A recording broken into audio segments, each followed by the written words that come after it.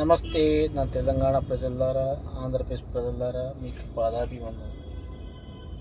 ముఖ్యంగా రెండు రాష్ట్రాల ప్రజలందరికీ నేను నమస్కరిస్తున్నాను. ఈరోజు నేను చెప్పే టాపిక్ ఏంటంటే, ఆడపిల్లను సేవ్ చేయండి, చదివించండి, అన్ని రంగాల్లో ముందుకు పంపించండి. ఆడపిల్లలని చులకన చూడకండి. ఒక ఇంట్లో నలుగురు పిల్లలు, ఆడపిల్లలని, ముగ్గురు పిల్లలని వాళ్ళు పోషించలేక వాళ్ళని హింసించి చిన్న ఏదో పెళ్లి చేయడం కానీ చంపేయడం కానీ జరుగుతుంది. అలా చేయకండి. ప్రతి మనిషి పుట్టేదే ఆడపిల్ల. ఆడపిల్ల కడుపులోనే పుడతారు.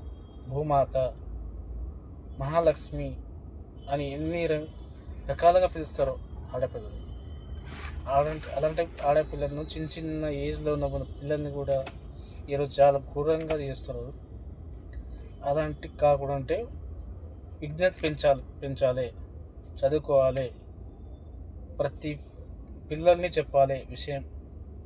ఆడపిల్ల అంటే అమ్మ, ఆడపిల్ల అంటే అక్క, అలా తెలిసి తట్టుగా వాళ్ళకు విద్య నేర్పించాలి. స్కూల్లో కావచ్చు, ఇంట్లో కావచ్చు, వాళ్ళని మంచి అవగాహన కలిగించాలి. అప్పుడే మన దేశం బాగుపడుతుంది. లేకపోతే ఇలాగే నడుస్తుంటుంది. రోజు ఏదో విషయం జరుగుతుంటుంది, మనం బాధపడుతూ ఉంటాం. దేశం అంతా అల్లకల్లం అవుతుంది. కాబట్టి ప్రతి ఒక్కరూ ఈ బాధ్యత తీసుకోవాలి.